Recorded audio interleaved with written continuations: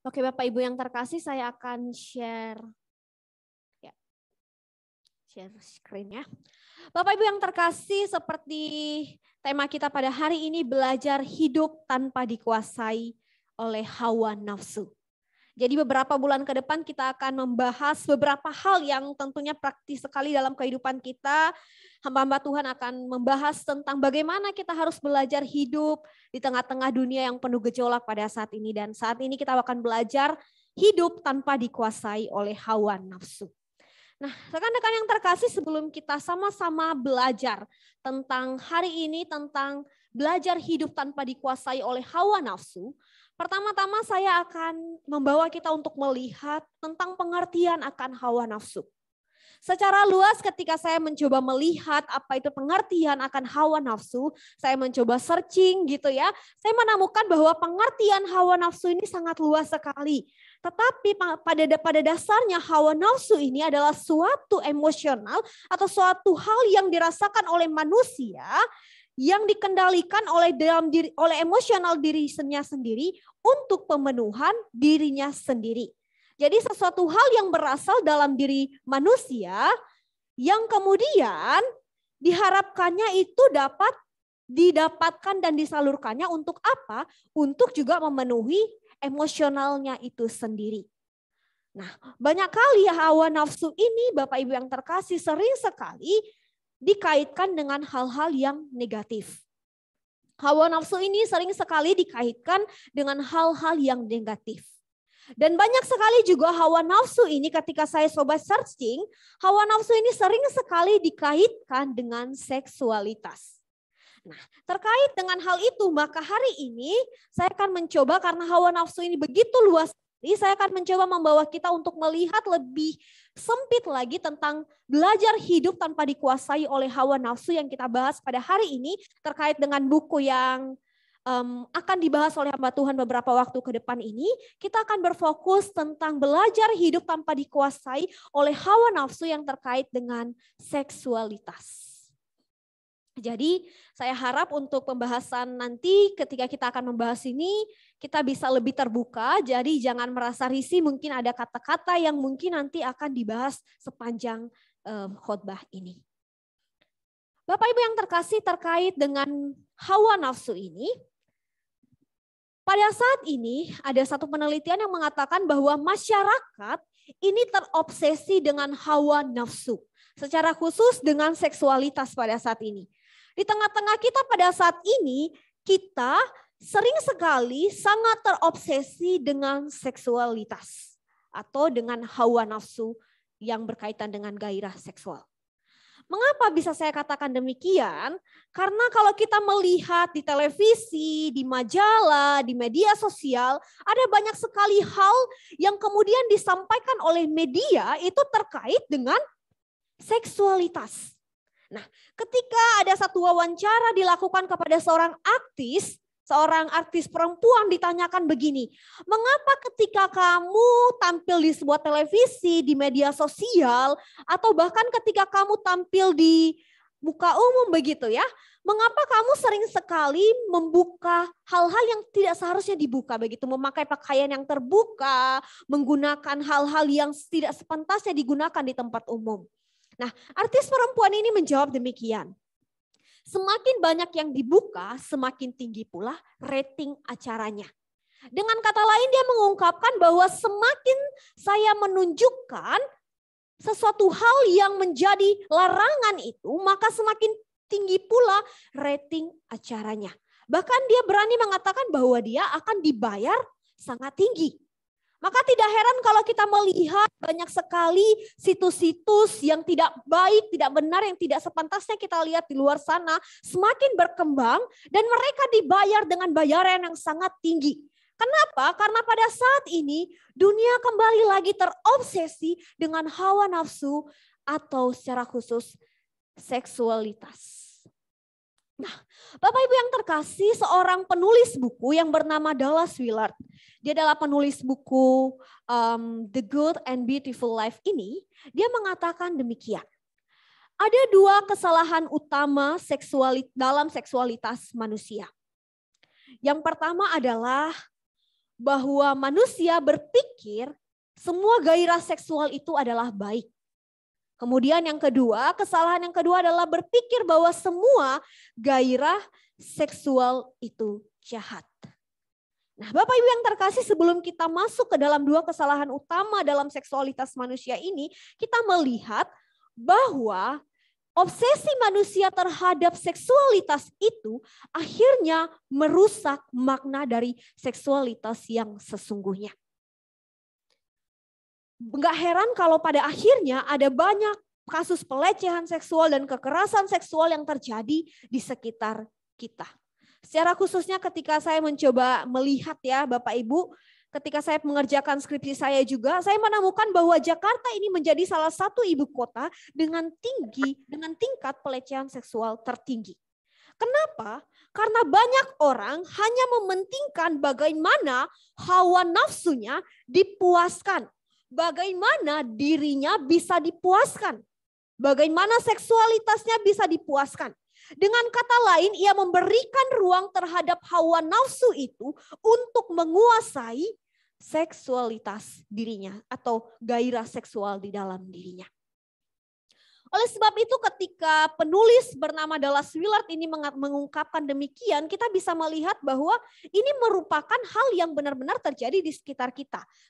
Dua kesalahan yang sangat-sangat fatal gitu. Ketika kita berpikir bahwa semua gairah seksual itu baik dan berpikir bahwa semua gairah seksual itu jahat.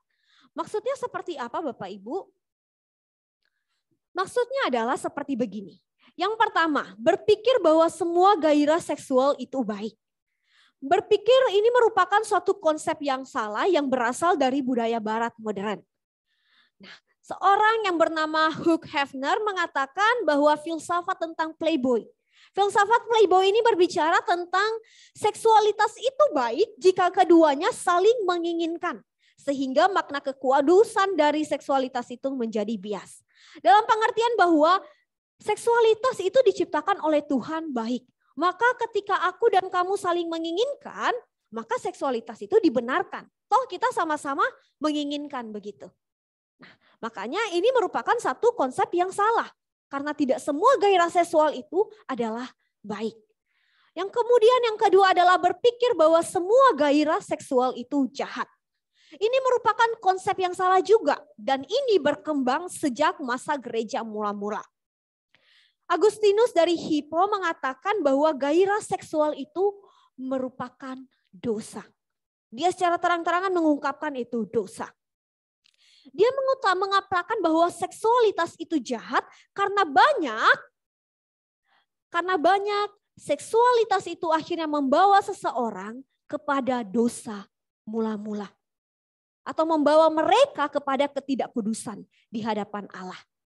Sehingga karena pengertian yang salah ini juga banyak gereja yang akhirnya bungkam atau menganggap ini sesuatu yang tabu untuk dibicarakan. Tentang hawa nafsu yang berkaitan dengan seksualitas ini. Yang sejatinya sebenarnya adalah indah diciptakan oleh Allah. Sehingga nggak heran kalau banyak gereja yang akhirnya menganggap pembahasan ini sesuatu yang tabu. Dan banyak anak-anak, banyak anak muda, dan banyak orang-orang jemaat di sekitar kita yang akhirnya salah mengerti tentang hal ini.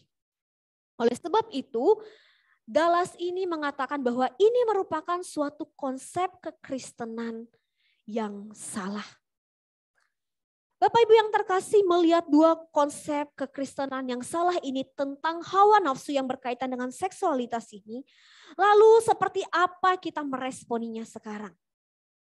Bagaimana kita boleh melihat tentang suatu konsep yang salah ini? Bagaimana kita meresponinya? Yang pertama adalah kita perlu tahu dulu konsep yang benarnya. Dalam artian kita harus kembali ke dalam Alkitab atau back to Bible.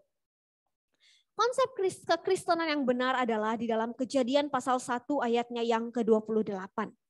Di sana jelas sekali firman Tuhan berkata, Allah memberkati mereka lalu Allah berfirman kepada mereka, beranak cuculah dan bertambah banyaklah. Penuhilah bumi dan taklukkanlah itu. Perintah pertama Allah kepada Adam dan Hawa adalah beranak cucu dan bertambah banyaklah. Dalam pengertian bahwa seks diciptakan oleh Allah untuk menjaga keberselangsungan manusia dan menjadi pengerat pernikahan yang kudus.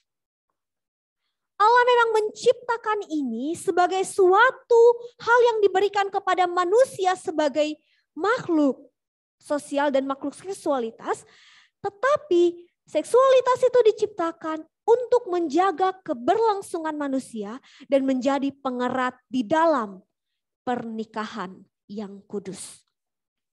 Jadi nggak berarti bahwa ketika kita melihat bahwa seksualitas itu atau seks itu diciptakan oleh Allah, maka kita bisa sembarangan dengan seks itu. Maka kita akan beranggapan bahwa seks itu adalah baik.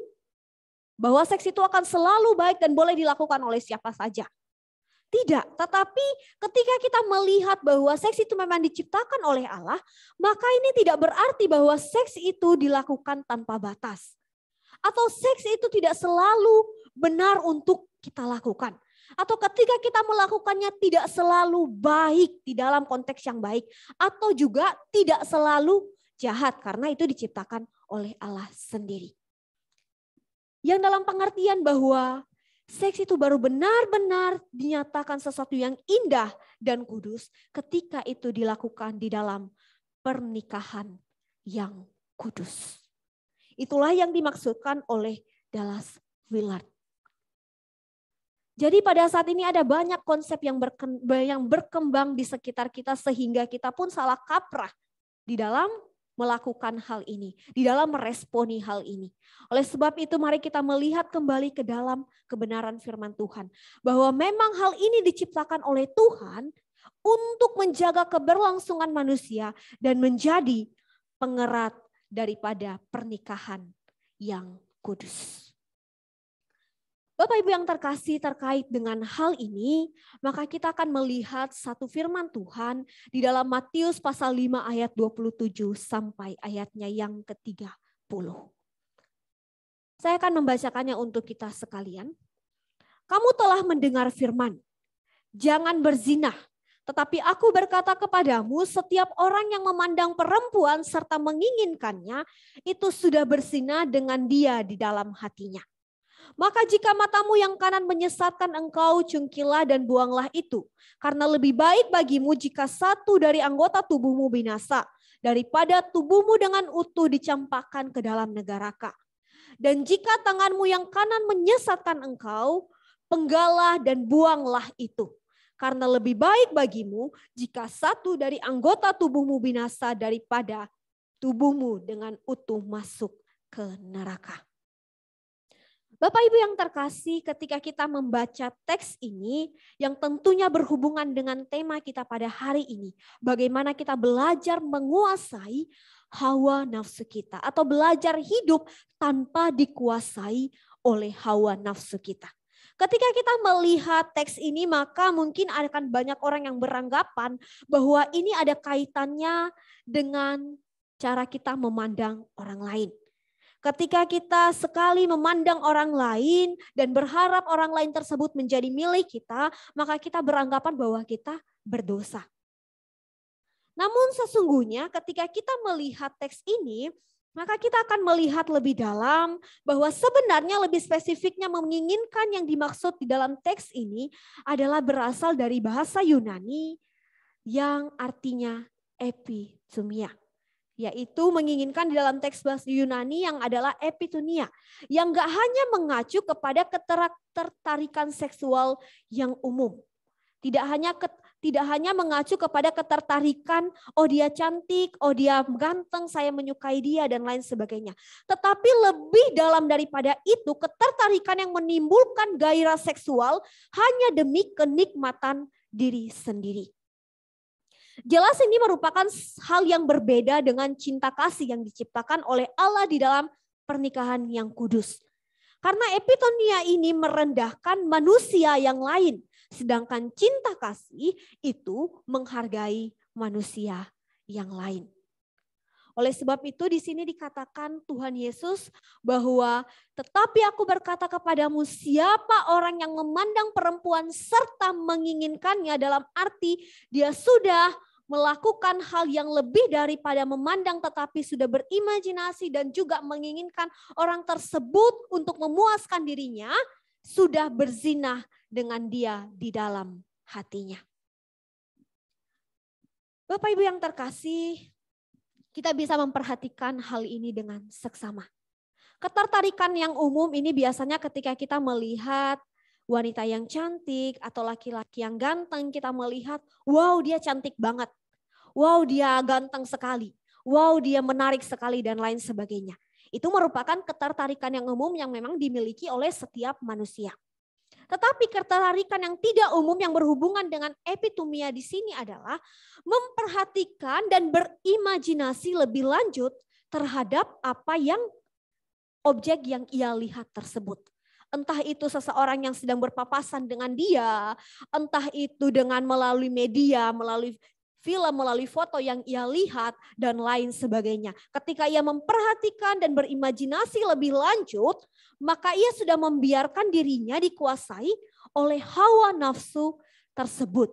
Sehingga dikatakan itu berzina di hadapan Allah. Sekalipun ia tidak melakukannya, tetapi ia melakukannya melalui pikiran dan hatinya, itu sudah berzina di hadapan Allah. Oleh sebab itu kita harus lebih berhati-hati untuk memperhatikan hal ini di dalam kehidupan kita sehari-hari. Jadi Bapak Ibu yang terkasih, dapat kita melihat bahwa epitomia itu merupakan suatu perzinahan. Karena hal yang dilakukan di sini tidak hanya lagi suatu ketertarikan yang biasa, tetapi memberi diri menjadi budak hawa nafsu. Memberi diri menjadi budak daripada seksualitas itu sendiri. Di mana komitmen dikalahkan oleh gairah seksual. Di mana komitmen yang saya maksudkan di sini, di mana komitmen kita di dalam mengikut Kristus telah dikalahkan oleh gairah seksual itu sendiri. Di mana kita telah dikuasai oleh hawa nafsu itu sendiri. Kita udah gak mentingin lagi perasaan orang lain, kita udah gak mentingin lagi orang-orang di sekitar kita, atau hal itu benar atau salah, apakah hal itu dosa atau tidak. Kita tidak pentingin itu lagi. Kenapa? Yang kita pentingkan adalah aku dipuaskan, aku disenangkan, aku dan aku. Inilah yang sangat bahaya sekali ketika kita tidak berhati-hati di dalam kita menjalani kehidupan kita sehari-hari di tengah-tengah berelasi kita di tengah-tengah dunia ini. Ketika kita pada akhirnya memberi diri kita untuk mau dikuasai oleh hawa nafsu tersebut, sehingga akhirnya kita tidak lagi mementingkan tentang aku dan Tuhan, tetapi aku dipuaskan, aku disenangkan, aku dan aku. Lalu bagaimana kita dapat meresponi hal ini Bapak Ibu yang terkasih? Bagaimana kita boleh tidak hidup dikuasai oleh hawa nafsu yang sangat bergejolak di sekitar kita pada saat ini. Secara manusiawi biasa kita terbatas, kita punya kedagingan yang sangat besar dalam diri kita. Lantas bagaimana kita berjuang secara rohani kita sebagai murid Kristus. Sehingga kita tidak hidup di bawah kuasa hawa nafsu. Sehingga kita tidak terjatuh di dalam epitomia atau perzinahan ini. Rob Bell, seorang pendiri gereja Alkitab Mars Hill di Amerika, berkata demikian. Jika saya berjuang sendirian melawan hawa nafsu, maka saya pasti akan kalah. Apapun yang menjerat saya, menjerat Anda, bahkan menjerat saya, maka saya dan Anda tidak akan pernah bebas sebelum kita menemukan sesuatu yang lebih baik. Dengan kata lain, dia mengatakan bahwa kita tidak bisa berjuang sendiri melawan hawa nafsu di dalam diri kita sendiri secara manusiawi yang telah jatuh di dalam dosa. Tetapi kita bisa melawan hal itu dengan menemukan sesuatu yang lebih baik atau sesuatu yang lebih berkuasa daripada hawa nafsu yang ada di dalam diri kita. Lantas apakah sesuatu yang lebih baik, yang lebih berkuasa daripada hawa nafsu yang terus menguasai kehidupan manusia yang berdosa ini? Tentu adalah hidup di dalam kerajaan Allah. Kita harus hidup di dalam kerajaan Allah. Ini adalah suatu kuasa yang lebih besar daripada dosa hawa nafsu yang menguasai kehidupan manusia yang berdosa. Seseorang yang hidup di dalam kerajaan Allah akan terhubung dengan Allah dan kerajaannya. Sehingga kekosongan dalam dirinya atau dalam diri kita menjadi terisi karena apa? Karena kita memiliki keterhubungan dengan Allah dan kerajaannya.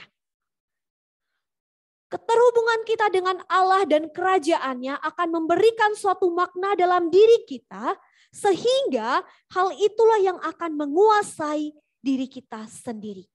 Tetapi ketika kita tidak mau terhubung dengan Allah dan kerajaannya yang merupakan Allah yang sudah menciptakan seksualitas itu indah, maka kita akan terjatuh di dalam dosa ini. Di mana kita akan dikuasai oleh hawa nafsu itu sendiri. Oleh itu Bapak Ibu yang terkasih, Galatia 5 ayat 24 berkata demikian. Barang siapa menjadi milik Kristus Yesus, ia telah menyalibkan daging dengan segala hawa nafsu dan keinginannya. Maksudnya seperti apa Bapak Ibu yang terkasih? Sebelum kita masuk ke dalam pemahaman tentang ini, maka kita harus melihat lebih dulu. Menjadi milik Kristus itu seperti apa? Ketika Paulus mengatakan di sini menjadi milik Kristus, maka kita harus menyadari penuh bahwa hidup ini bukan lagi milik atau hamba dosa, melainkan milik Kristus atau menjadi hamba Kristus. Sehingga hidup yang kita jalani haruslah kita serahkan secara total kepada pemilik hidup kita, yaitu Kristus. Nah, bagaimana kita bisa menjadi milik Kristus? Ketika kita sungguh-sungguh mau membuka hati kita dan memberikan diri kita untuk ditangkap oleh Kristus, sehingga kita menjadi miliknya. Ketika kita sudah menjadi milik Kristus, maka sudah otomatis kita akan bisa menyalibkan segala hawa nafsu dan keinginan-keinginannya. Ketika kita sudah menjadi milik Kristus, maka secara otomatis hidup kita akan dipimpin oleh Kristus itu sendiri yang menjadi pemilik hidup kita. Sehingga kita pun mampu menyalibkan hawa nafsu tersebut. Atau sehingga kita pun mampu mengendalikan hawa nafsu yang ada di dalam diri kita sebagai manusia. Dan kita tidak lagi hidup di dalam kuasa akan hawa nafsu. Kita bandingkan kembali di dalam Matius 5 ayat 27-30 yang tadi. Ketika Tuhan mengatakan, tetapi aku berkata kepadamu, setiap orang yang memandang perempuan serta menginginkannya sudah berzina dengan dia di dalam hatinya. Maka jika matamu yang kanan menyesatkan engkau, cungkilah dan buanglah itu.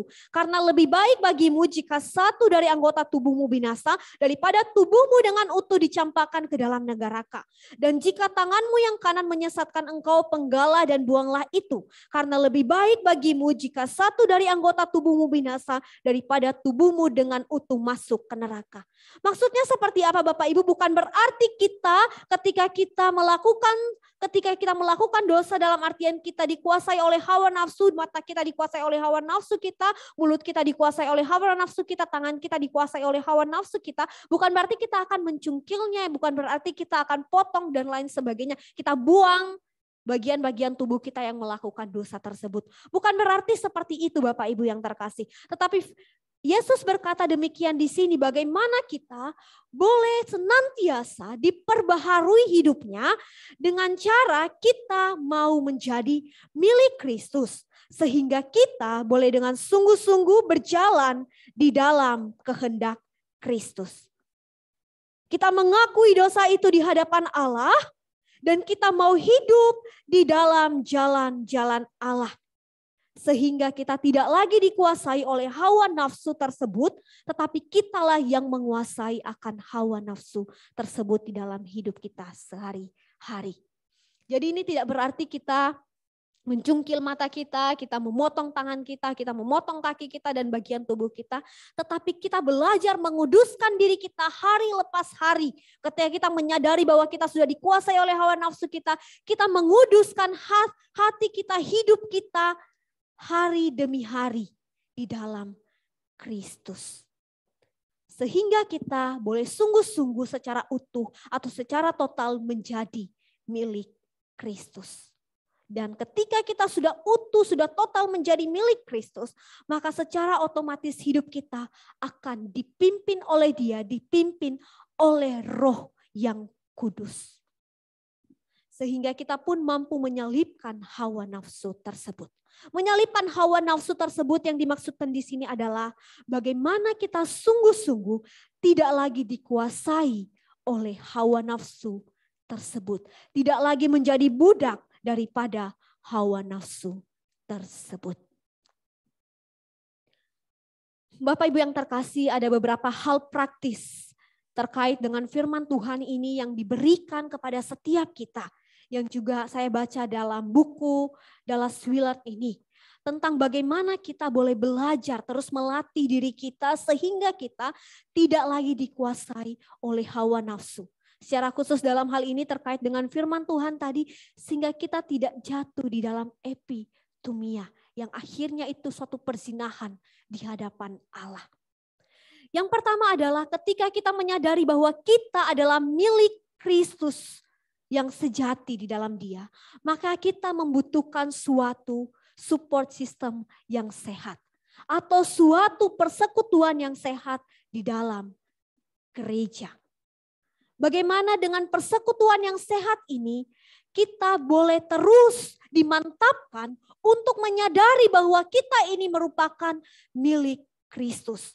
Sehingga dengan support system yang sehat, maka kita boleh terus diingatkan bahwa kita merupakan milik Kristus.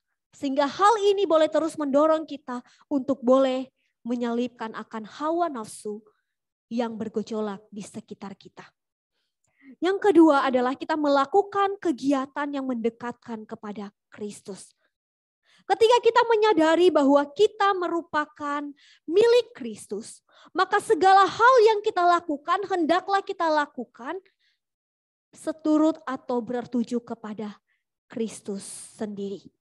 Sehingga apapun yang kita lakukan tidak lagi berdasarkan tentang hawa nafsu kita, tentang apa yang memuaskan diriku, tetapi bagaimana kita melakukan semuanya itu tentang Kristus. Jadi kita melakukan semuanya itu untuk mendekatkan kita kepada Kristus. Dan yang ketiga adalah bagaimana kita boleh membangun suatu kebiasaan-kebiasaan yang baru di dalam kehidupan kita. Sehingga kita boleh menyadari bahwa kita adalah milik Kristus. Ketika kita menyadari bahwa kita milik Kristus, maka kita boleh membangun kebiasaan-kebiasaan baru sebagai milik Kristus, yaitu hidup di dalam kekudusan dan kebenaran Allah setiap hari.